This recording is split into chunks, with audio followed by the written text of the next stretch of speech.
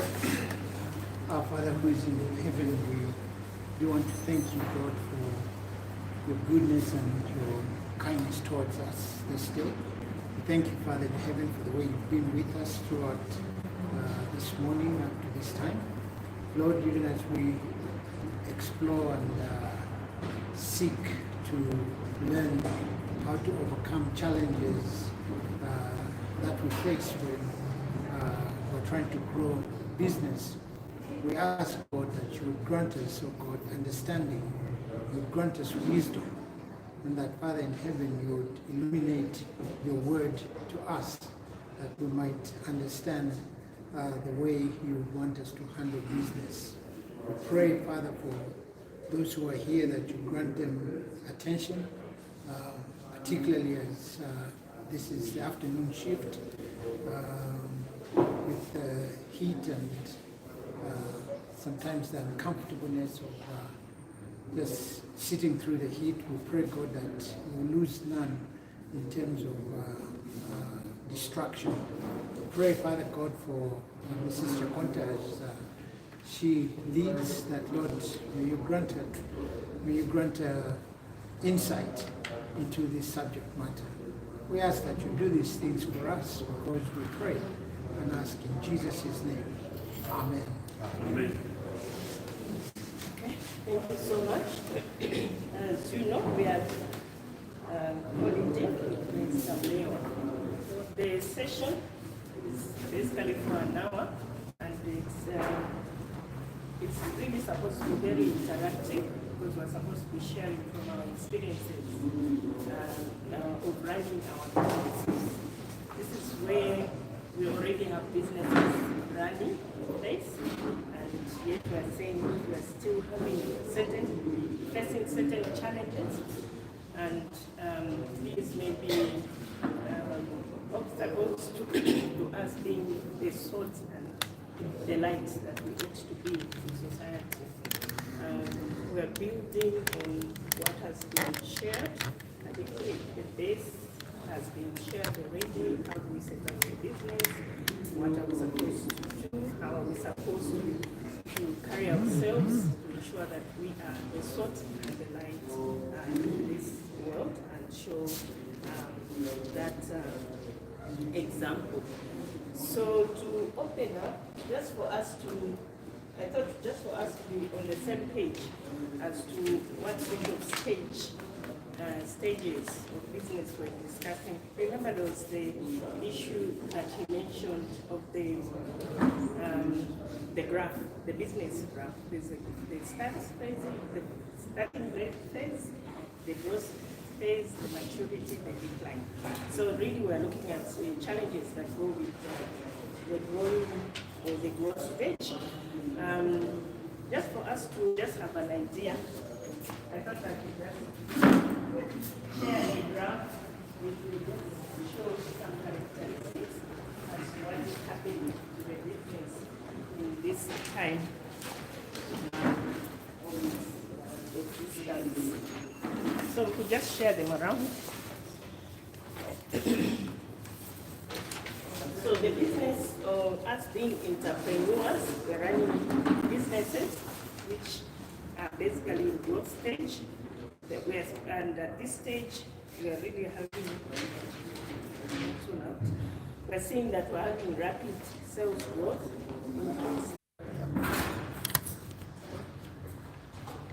Anyone else, any experience? Have you heard, Mr. Chakonta, you're looking like you're not getting it. So then I was just wondering, someone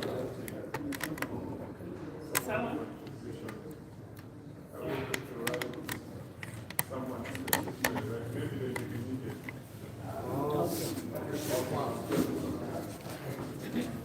Maybe just to add on what he says, I think we should be louder. Hearing some of us is dying out. Anyone with glasses is Jane, are you able to either on the phone since you like writing? I'm going to get out anytime. But we won't need it. We don't know. Okay. And we are re-recording it. Okay. Yeah. Yeah, in any case, yeah. Okay. Okay? So you want me to say? No, it was for you and also Yeah. the Oh. Yes, presenters. the presenters. Okay, maybe just to zero in on what our brother said, because basically the issue of trying to manage growth, continue growing and expanding the business. And I think if we look at what the sharing we had, I think that one has really laid out how we can be the salt and light in this world as we are running our business. The issue of maybe riding on the principles, wanting to be innovative and wanting to sustain the business, but with it came in with issues of costs.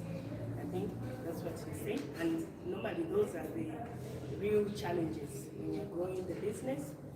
You want to expand, to grow, and you find that the costs start coming in. And at times the costs outweigh your efforts and your business.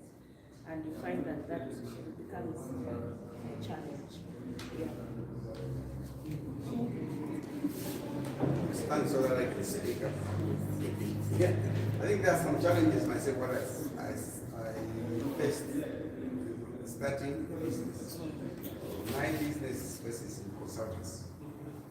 And I faced one challenge because I was out of the country for some time. So when I came back, all the networks I had, they looked like him with the head. So I would stand at Monday for 2 hours. I couldn't even see a face that I knew. You know, that was that's how it was. So I networked with colleagues, and I said within 2 years, or within 6 months, I must be on my own. And my colleague who has been in similar situation told me that no, it will not take 2 years. It will take you 2 years before people get through it. Because you need to create your own brand. So I had to be under the wings of someone. Dr. Mgala had just come back from Canada because we know each other. I said, look, I remember having tendered for the same job that he tendered. And I lost out to them because they were a group established already and they were just coming in. Although my proposal was okay, I thought, but I lost out. But I said, look, let's work together and begin to build your own network and your own brand. So I began to do that, and within 2 years, I began to be called as myself. So I had already set up a name, business name, you know, just a business name, and so that I can have my own brand.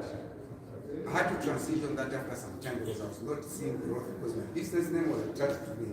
So it's Abraham Akano as a brand, you know.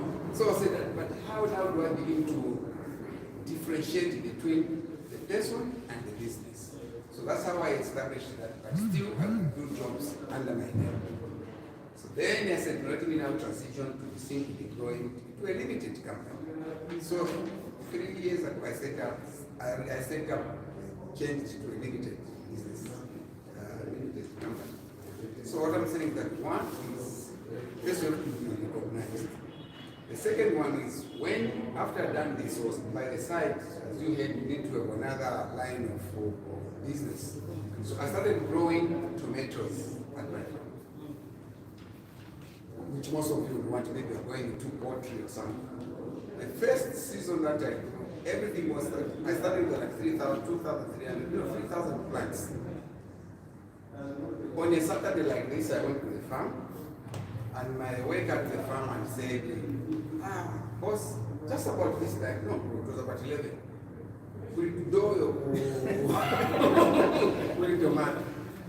My calculation was like 5%. I've been attacked. And I said, look, I'm coming on Monday morning so that I can see if they're going to take them to livestock services. On Monday, my crop was attacked, but 50% of it had been attacked. And imagine how much money I got. That's what those who are in the agriculture, what we call it, tutor absolute, that came in. It attacked the whole crop. I never got, I think out of that I got like only 20 boxes. Now that talk about establishing market, because now I started saying, oh, how do I go to Soweto market? Now people say, oh, Soweto is also a cartel. They know who to go to. If you go there, oh, who's brought up? Mr. Kota. He comes here, he leaves 2,000 boxes of tomato. You live there and go back at 3 o'clock, you get your money. Less 10% of course something charges for the guys. But I don't know how to do that. So they say, we must finish one. You know? So I tried to go to Bowling Market. I went there with some boxes. I didn't know who to. There's already established market. She wanted to go, I see it, I'm going to just my own guidelines. You know? So one is, we must understand there's a risk. Especially whether you're going into port, you may find all your bags dying. Or just the stock feed you bought from someone is not making the bags to grow. So there's that risk that we must know before we even talk about losses coming in. I had losses myself. I never bought any box of tomato. So the following year, I started just when things began to grow. There was no water there. Because I got a windmill. The third year, I said, okay, now do much better. I will grow things like onions, carrots, and cabbage, which I can easily audit. If you pick a head of cabbage, I will know that. If my wife can pick a bag, a sack of bread, you will not know that much. So I said, I will grow something that I can easily audit. I grew that, the guy started stealing. The one who reported his wife. Because I would say, what is boss Katuishi, boss Katuishi. The wife just said, no, it's my husband that will steal. He was, yes. He gets up in the morning, takes up the tomatoes, and the onions and the cabbage. That was stealing. So that all these losses, before we start coming and losses, you must understand that there's a lot of business risks. I always used to underrate business risks. Let's say in agriculture, these are the realities that I know. As I said, Mr. Mlewa here, who had to sit under his wings to say, oh, now look, there's a business way to be. Until people began to know me and they began to be comfortable and be confident. So, being known in the market is best. Establishing the market. Whether it's chicken, it's tomatoes, whatever, you need that name recognition in the market. You know, when those women at Soweto, whatever, come back, still is one. They mean real business, or those who handle the radical. If they don't know you, they don't know you, because they can swindle if they want. Yeah. Because we also don't know them. They will just come out, just 300 boxes and somewhere. You don't know who's the dead is, who's the child is there. So these are some of the business risks that you must anticipate in business. Oh, thank you for that. I think there are a lot of lessons actually gotten from them. As we are looking at our theme, being the source and the light of doing business. You want to grow your business. You have already established. You want to grow. But as we are growing, like he said, there are a lot of challenges. He shared from the initial, from the beginning, but then as you want to grow. And one of the challenges, I just want us to bring it into context so that we follow through how we handle this. One of the challenges he talked about was cartels. The cartels are very, very real. It doesn't matter what business you are doing. And normally you come to experience them as you want to go. Remember, your business is moving on. You want to produce more, you want to make more money. Then you start meeting these cartels, either in the market or some of us it's tender business that we want. How do I do a tender? You find you want to do a tender. Behind the tender, the people are saying, give us money. If you want this tender to go through, give us money. So, those are real challenges that we face. Some of them are very subtle. You want to actually even know that this one I'm being trapped or there's something happening. Because as you come through, you're doing your business, at times with an innocent mind, you find that you are doing that. Yeah. But if you go back to one of the principles I think that we made from the first step, the starting of your business. Okay? What is your vision? What is your goal? What do you want to achieve? Okay? And as he was talking about you wanting to start a business because you are called. It's our mandate by God to go and wake up to the world, to wake. You want to do that. And then also you've got this passion, you've got this desire.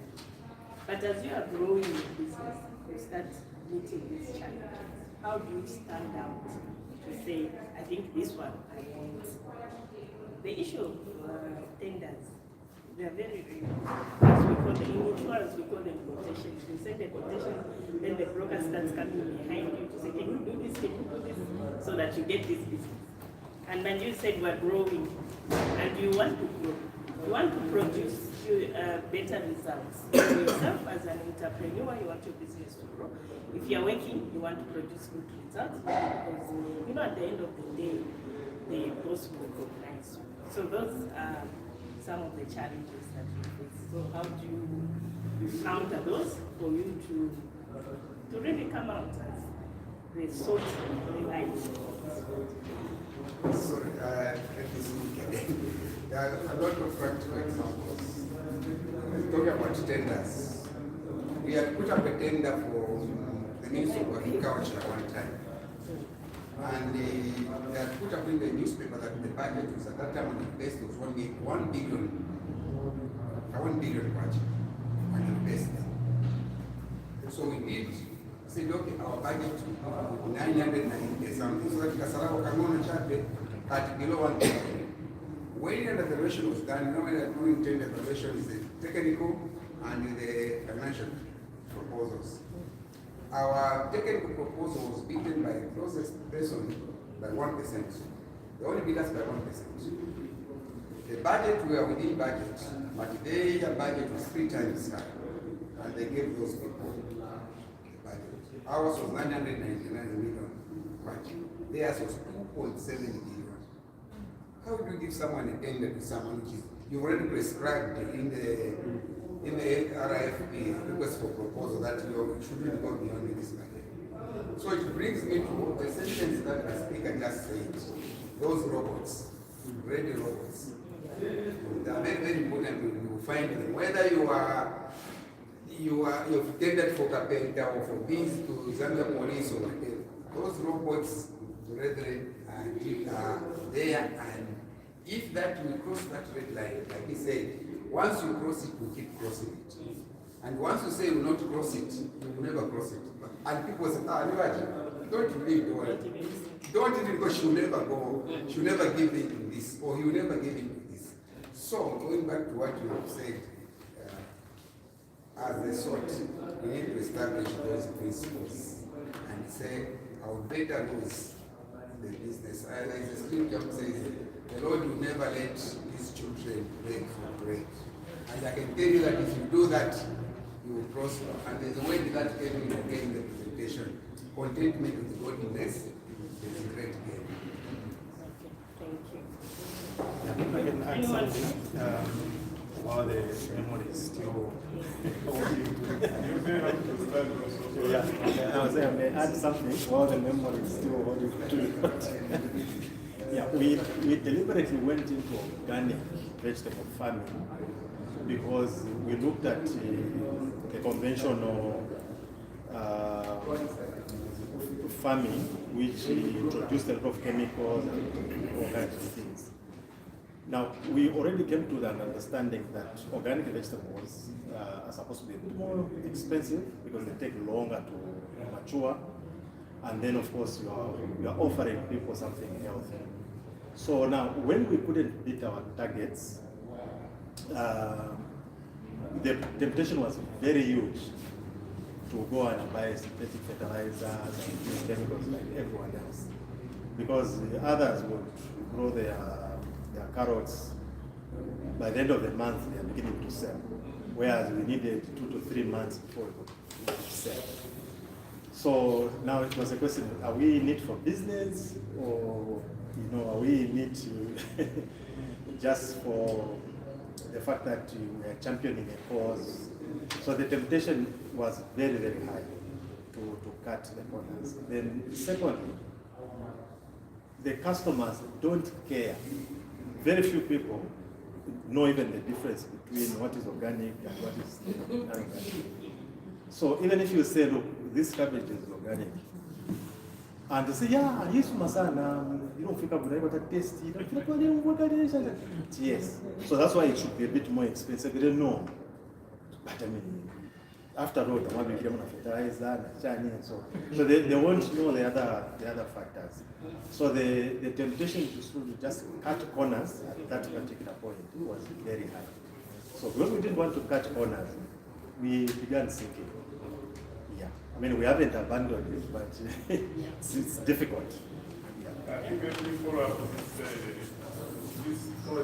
this situation. For example, I can also give from my end is the village chicken business. I was shocked to learn that in some restaurants, we want to give them typical village chicken, organic, without a lot of chemicals and so on. Then you give them the price because this chicken takes a bit longer to grow under natural conditions. So now they are complaining about the price. Then the worker within the restaurant comes and says, actually, our boss buys the layers, which is ordinary layers. The taste is almost the same as the natural grade chicken. But the layer has got a lot of antibiotics and everything. So there's a very big difference in terms of the healthy part of it. But they buy the layers which have, the chicken that have stopped laying eggs at say 30 kwacha, or that time it was 30 kwacha. And the natural grade chicken is selling at 60. So he says, I can't buy your village chicken, which is true village chicken. You prefer buy a layer and sell it as a village chicken. They'll buy it at a cheaper price, but they'll sell it at a higher price because everyone consumes, the perception that the village chicken is better. So they are selling a wrong product for a wrong name, so to say. The temptation there comes in, should I switch and start selling what this other person is selling? It's an opportunity to grow. But there is that aspect. Who am I and what do I really want to do and who am I serving? So it's a very big challenge apart from the issues of tenders.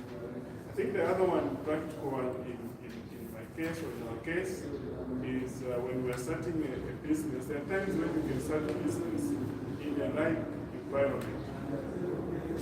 You start and everything just rolls so nicely, and the opportunities, I think the underlying word is opportunities. You can actually get trapped in just growing without putting systems. And I think I got caught up with that because at the time that we started business, the environment was so good. And you find that certain things are not being done.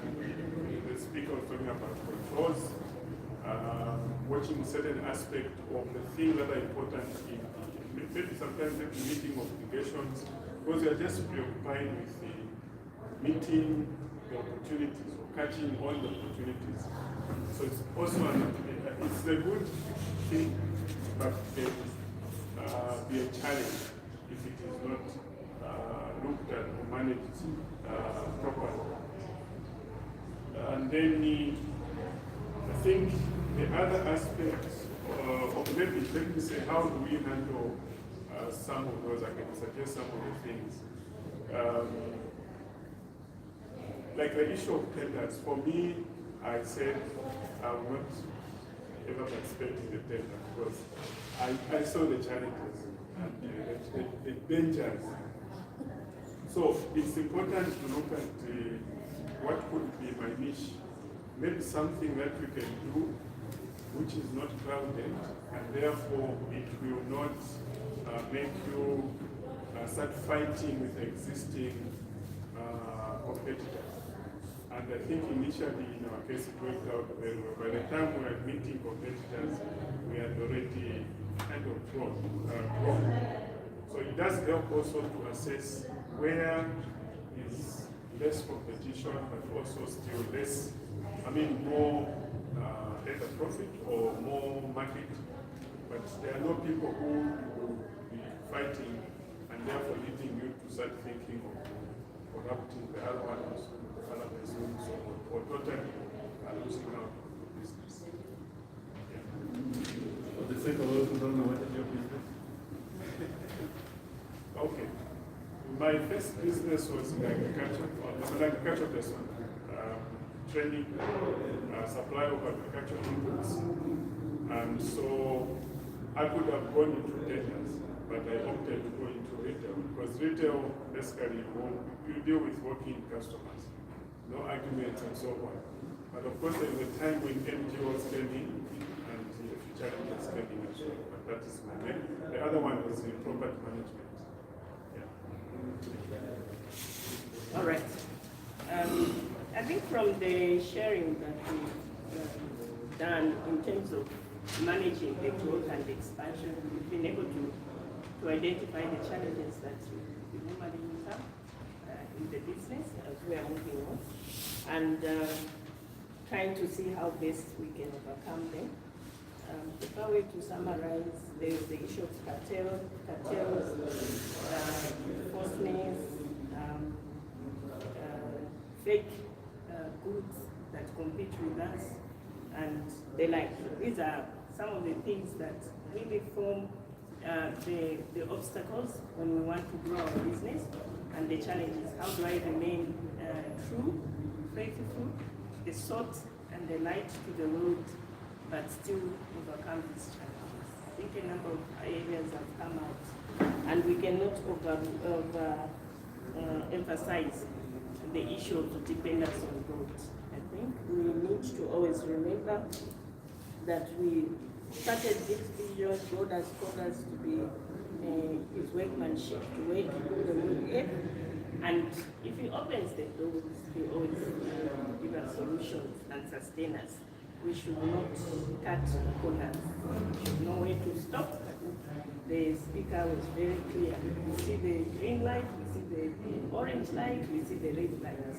When we see green, we should be able to go. When we see orange, already it's a danger to say, can you stop and pause? You really need to go there. But those are some of the challenges that we face. So we should remember that. Then the other aspect that came out, I don't know if we noted from the discussion that was said, it's the issue of the challenges as regards human resource, HR issues, as we are growing the business, isn't it? That one is also very, very huge. Maybe we can have some of the challenges that we encounter there, and we can see how we can come. Yeah, maybe I can talk about my wife and I. And I'm into retail, which is ShopRite. I'm relying on quick service restaurant. Also got one or two businesses with my wife, mainly in the agricultural sphere, and some in the sales sphere or the trade sphere. One of the challenges is labor, and the speaker did allude to that. The matter of how you treat the workers. How you treat the worker is not just every day the way you talk to them, but I'm talking about remuneration and their welfare as well. And the fact that they too have a family, they too have a lifespan, they too have. So we rarely think about that when we employ a maid, when we employ a garden boy, when we employ a farm worker or the farm hand as an alcohol. What we'd like to do with don't even think about whether there is a minimum wage, or even if there isn't, could there be something that is like to a minimum wage? We don't think about pension for them. We don't think about NAPSA. We even don't think about NIMA now, which is mandatory. We don't. We just pay them and then we're okay. But the question that always out of my mind is, well, the fact of the matter is we shall stand before God one day.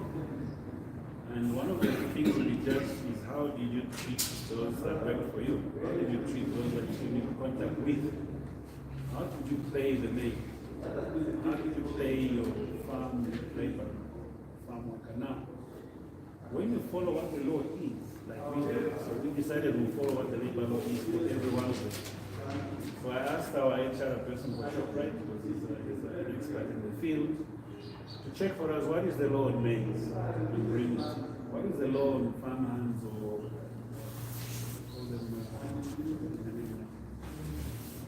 but is there a law? And if there is a law, what is that law? Number one. Number two, what are the remuneration structures that are acceptable? If there is none, what would be comparable to what the person must get?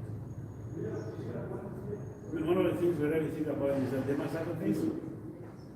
I don't know how many of us have got workers that they actually give out the payslip. The payslip should state all the things that you get for your payslip at your workplace. You got your gross, you got the tax, you got NAPSA, you got NIMA, you got anything else that comes under the stand there in your payslip.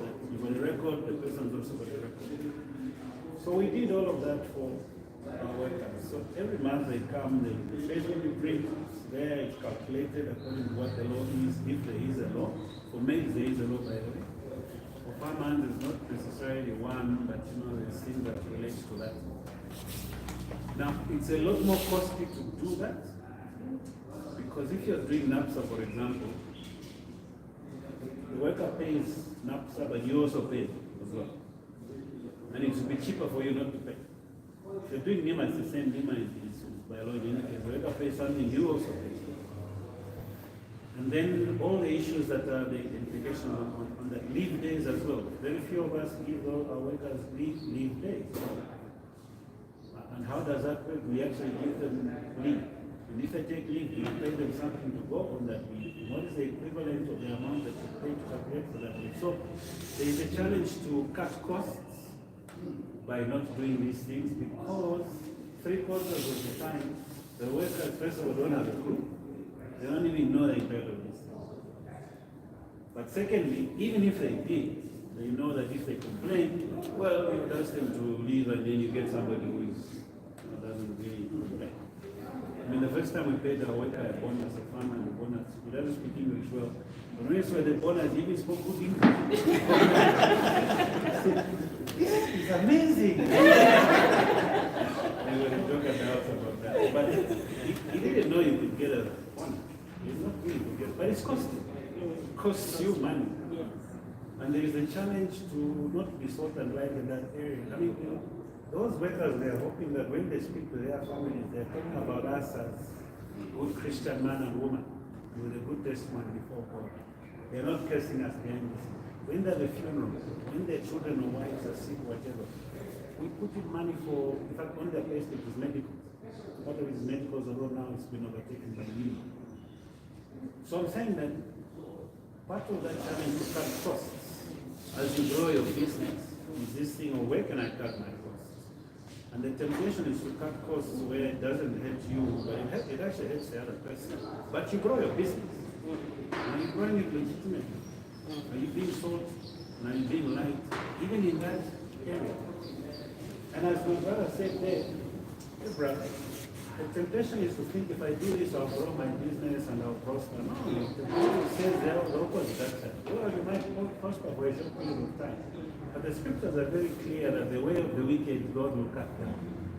The way of the righteous, He will reward. He will reward. He will reward in this life. Sometimes He doesn't, but He will certainly reward in the next life. So those are part of the challenges we face. That's how we face them. We didn't always face them correctly, but we sought to correct as we read what the Lord meant. Thank you. Thank you. Anyone else? Longer? That's my.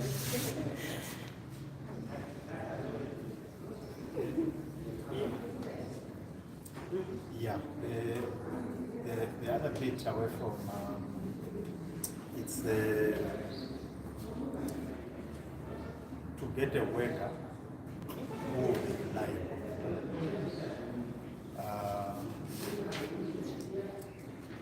We struggled quite a bit, and we just assumed that the person just comes secular, and whatever they say, then you take it for granted that you think this is gospel truth, yeah, until they either swindle you or something happened. So it's not a matter that we seriously committed to prayer. We just assumed that good workers somehow among the men who are milling around, one of them will come. But as we started sort of praying, because we were exchanging notes with other believers, and so then we concluded that no, this is a matter of prayer as well. Since then, we've had quite a number of workers who have come our way. We've been surprised. One of them came in, lady, then she sort of, so no, the vacancy here, my husband can also do the work, and so we got her in.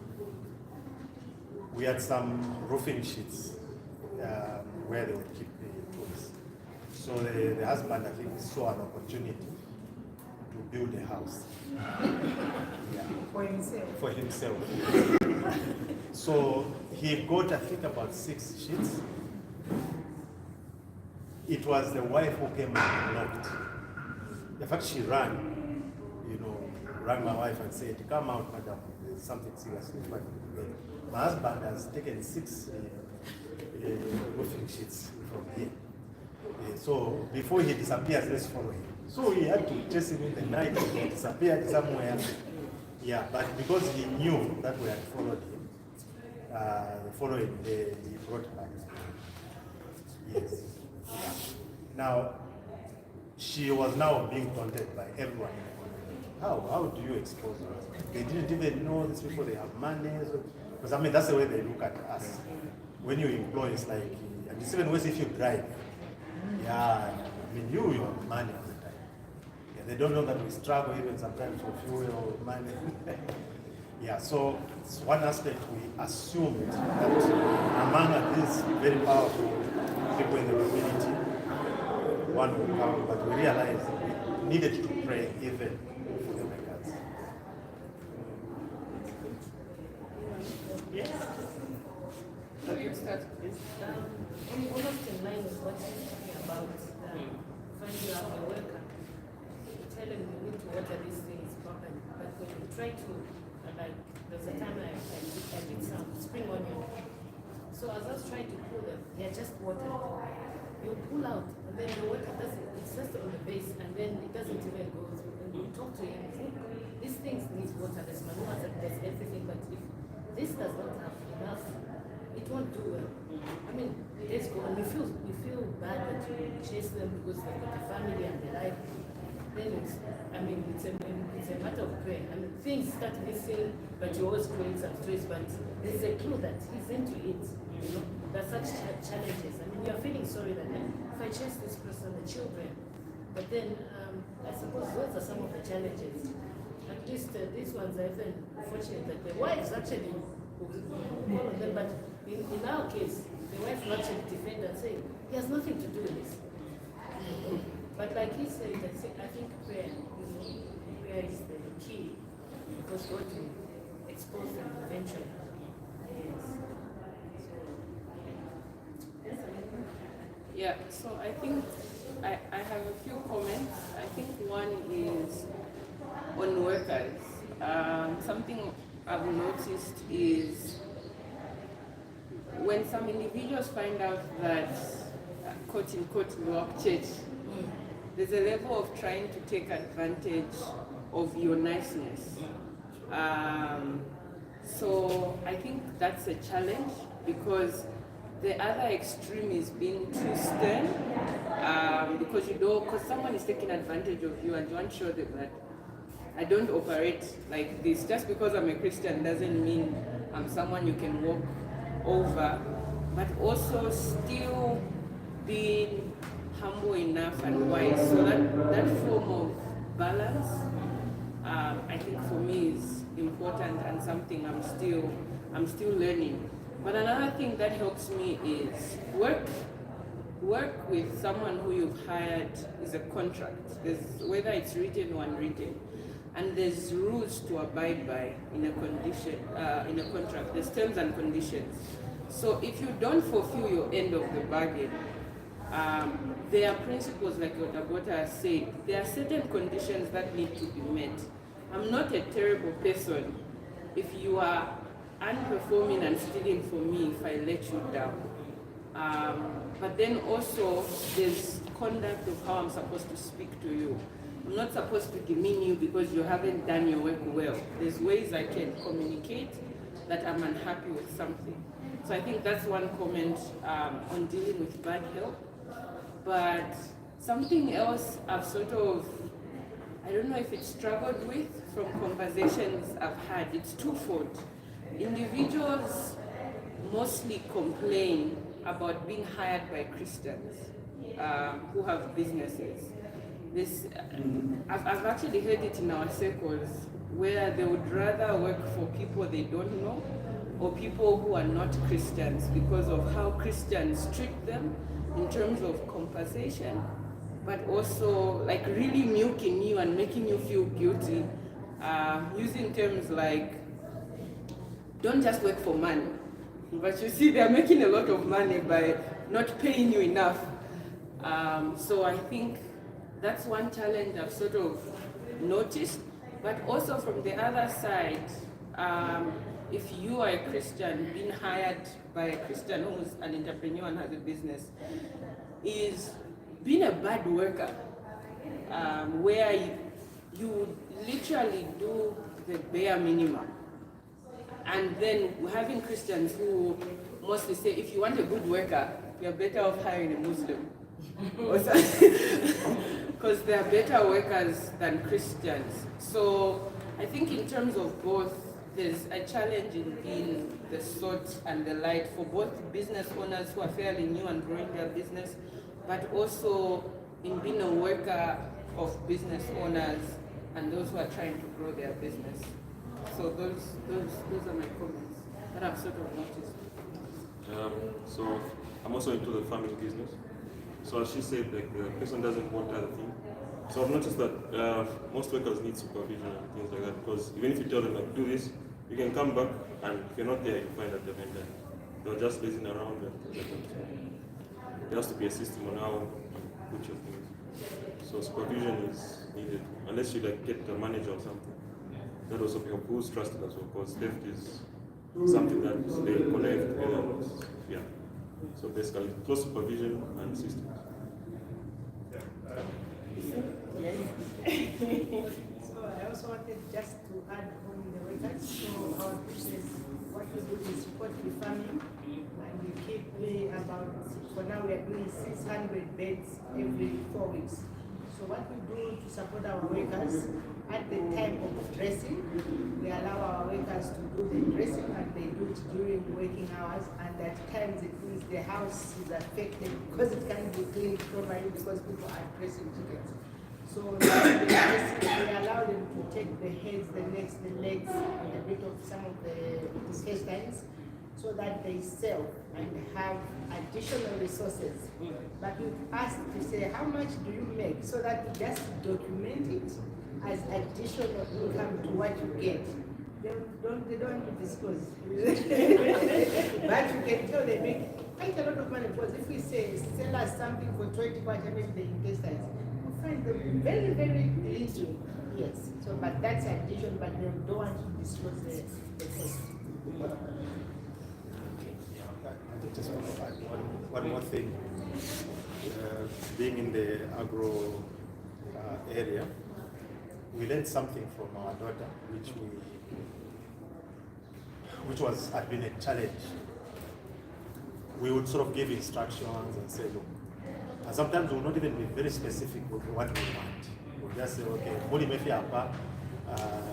yeah, not even very specific, you know, need the length, the width, how many beds you want done, and so on. But when our daughter took over, what she does is that she basically gets a chair or squats in the garden itself. So that if there is a correction to be done, she corrects it there and then. People don't wait the whole day and then he says, I don't want you to take. No, no. But what that meant is that they were putting in the quality time. Yeah, so the garden just boomed and everybody said, we are doing very well, but they obviously give credit to the one who had been doing it. So sometimes that productivity goes down because we lack clarity, and also we just give and trust. You know, there's some goodness in man. Yeah. What we noticed is she would put in as much work as the hours, as many hours as they are. She would sort of just leave the garden, go in the house briefly, then go back. So if you are not willing to put in that much, then even what you should get, you should expect this. Yeah, particularly in terms of the growth of the quantity. Yeah. Okay. Speak from the. Okay. It's an interesting area. Yes. Following up the comments, I am reminded of one of the business centers we had. It was presented by Dr. Temple.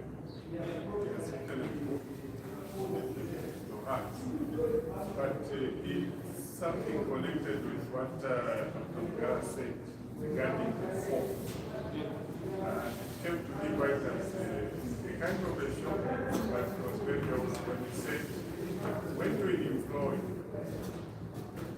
a person, even if they are Christian, remember money is money. And so there are times when they need specific supervision, because left to themselves, or in fact left to ourselves, there are certain things if we want to do them, we don't do them. So we have to bear in mind that we are dealing with a person who has, even if they are Christian, there's some dependency in them to define them. That principle helped me to understand, because I had suffered a great disappointment under the hands of a Christian. And because of trust, we were not taking systems. The systems were there and just said, well, they will follow the system. They will get this, they will work the course, they will go and but 2 years, 2 months after, nothing was happening. And so that gave me a lot of guidance to know how, at least to think of how to handle. And just when you are employing a person, just so that you are employing a foreign man. And that helps you get to so that you can. Thank you. I think from the discussion we were able to tell from the both sides, from the side of the employee and from the side of us as entrepreneurs who are owning businesses. What is it that we're doing that can bring out our softness and our light to these people? And I think what has come out, the issue of treating them fairly, being compliant with the law, and that, so that at the end of the day, we're giving them what is due to them and then encouraging them. For me, what I also thought about in this area was the issue of the challenge that we have with our workers in terms of the vision. Okay, the vision. Remember, if you go to the corporates, it's what defines us is the vision, and then we have the mission, the values that we have, and as we're working, these are like brought out to us a lot more. We talk about them, we try and apply them, we look at them. So now as entrepreneurs, we're running these organizations as Christians. To start with, we have a vision. which has been explained to us. We're doing this for a purpose, to glorify God at the end of the day. So these workers that we employ, are we taking time to talk to them, to share with them the word of God? And then when we talk of our values, normally those also kind of define the culture in which we are. So when we're working with these people, especially these, apart from the, I know a lot of examples have come from the farming angle, but even other sectors, what is it that they are able to know about us when they're working in this organization? They should know that, okay, me, my boss is a Christian. That's the first thing. So whatever we do should be in line with the God's way. And these are the values. So that we, through the interaction with them, we are able to also share the word of God and show them that we are Christian, so that the light and the saltness is pushed. However, we know that also they come with their baggage. I think as Mr. Chakonta said, so we should have, what can I say, time and patience for them. I think the most important thing is to share the word of God with them, so that they also know that beyond this earthly thing, earthly goal that we have, whatever we're doing, it's really up to the glorification of God and for the future that we are waiting for. So, yes, there are a lot of challenges there that are coming out, but at the end of the day, what we're saying is the word of God is able to guide us and show us how we can overcome these challenges. How do you treat your worker? How do you treat those that are under you? And all that. Because the word of God says you also know that you have been someone to them. So that's very, very interesting. But we cannot underrate the challenges there. So that was under human resource. Anything under processes, procedures, for growing a business, controls, internal issues, record keeping. Yes. Yeah, record keeping is something we, in a sense, still struggled with.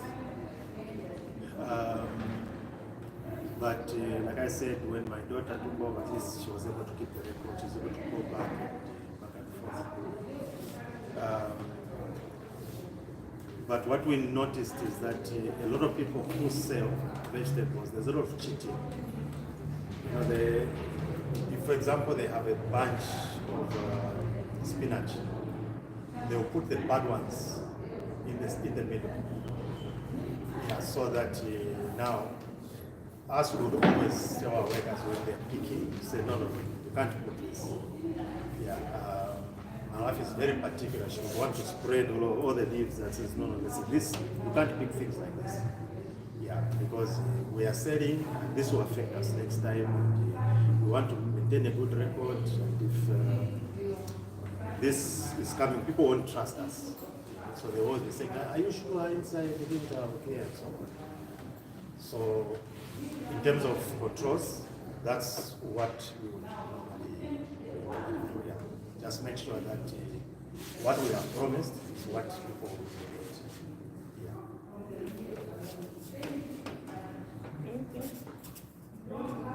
Yes.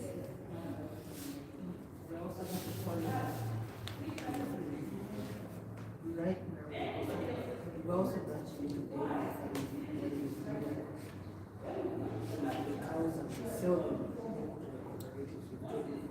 So one of the things that I noticed that's from organizations, I normally don't do a call as often as I have. But from the conversations I was able to do it would just be oral. Well, whatever I like, then I was like, I think we need to proper which cow, how many liters, what kind of things they can do, how many liters we need, what time is it taken to be operated, and so on. Because if you don't also keep records, a lot of things go wrong. You find somebody new in the morning, it's not like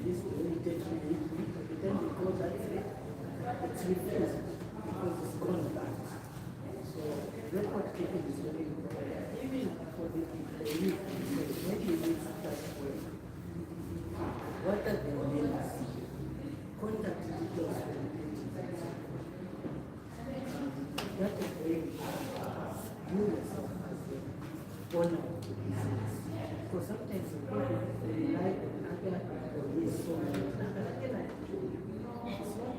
the other person. It's so good because we get into trouble. It's not and with us organization, even with the law, they will not call you. So I think in Zambia, we have a culture, poor culture of it's more oral records which you cannot present in court. You take it to court. And the other thing I wanted to speak on is from human resources, the challenge. And normally, like in any other form of drawing, if that person wants to leave, they're going to leave. So the biggest fear is that I'm not going to spend what I spent so long with to invite him to you so that you can leave and you start the same business you're doing right now. And I'm still half of my clientele. So I think anyway, that's the general thing for me. That the next person who's going to come, I'll have to teach them what I've been doing so long. And they could leave and I can't put them down. Enjoy them. Yes. Yeah, that's a real challenge. I think that's what is important. And that is real, especially you're growing a business. You've empowered, you've grown, you've trained these people. Now when you think, I'm going to date somewhere, and then this person brings there is a change. But you're supposed to be the salt and the light. How do we handle that one?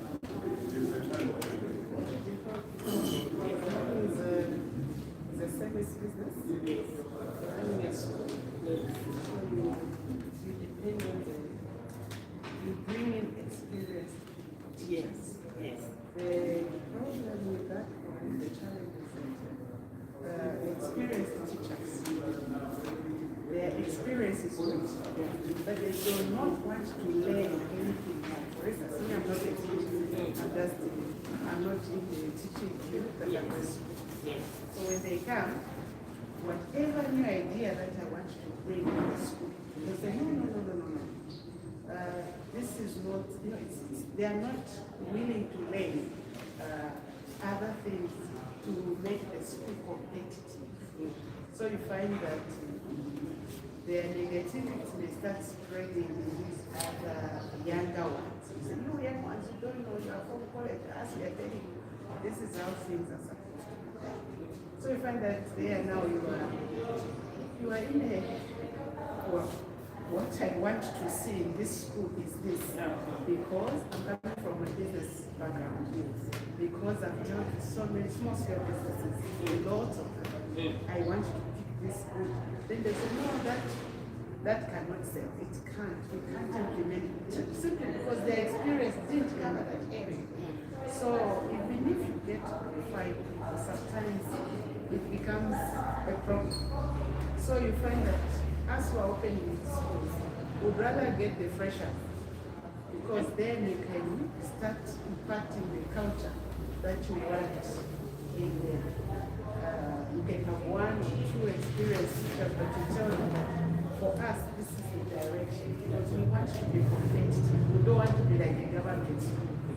Not that it's bad, but the systems are not responding to what people are looking for their children to have. So we need to have that. So you find that that's a challenge. I really don't know whether you have gotten Yes. their experience. But their experience is not responding to the needs of the client. So you are saying, okay, you can use this experience, but can you tune it so that we bring in this aspect of competitiveness, because we're private school. And they'll tell you, no, because they work in government. Yeah. They say, no. According to whatever, they'll quote whoever they say. Yeah. I think just to answer or add to what you said, if you remember very well in the discussion earlier on, our leaders mentioned the issue of you being receptive to the environment. You can't have your systems the same way they are. Your business is growing, you still remain the same. The environment is changing. You have to He talked of the SWAT, he talked of the pastel. You have to check what is happening. And in the corporate world, at times that's how you just look at, okay, can we just do a voluntary issue here so that we change the stuff? You have to find a way of doing it. You are the vision card. At the end of the day, you know where you want the school to go, and you should be able to manage that. As much as you delegate, but at the end of the day, the buck stops with you. And the people should be able to handle that. Those three causes challenge. I don't know how we'll do it, how we can have. Because that was the question, I don't know. You will keep me teaching. Yeah, so maybe that's the calling. Empower others. Pay your staff well. The same field, they will make more money. Yeah. It's not fair. All right. Just like us, you have the children for how to handle it. They know when you go. Yeah, wait. So, just leave it up. Anyway, shut down. That's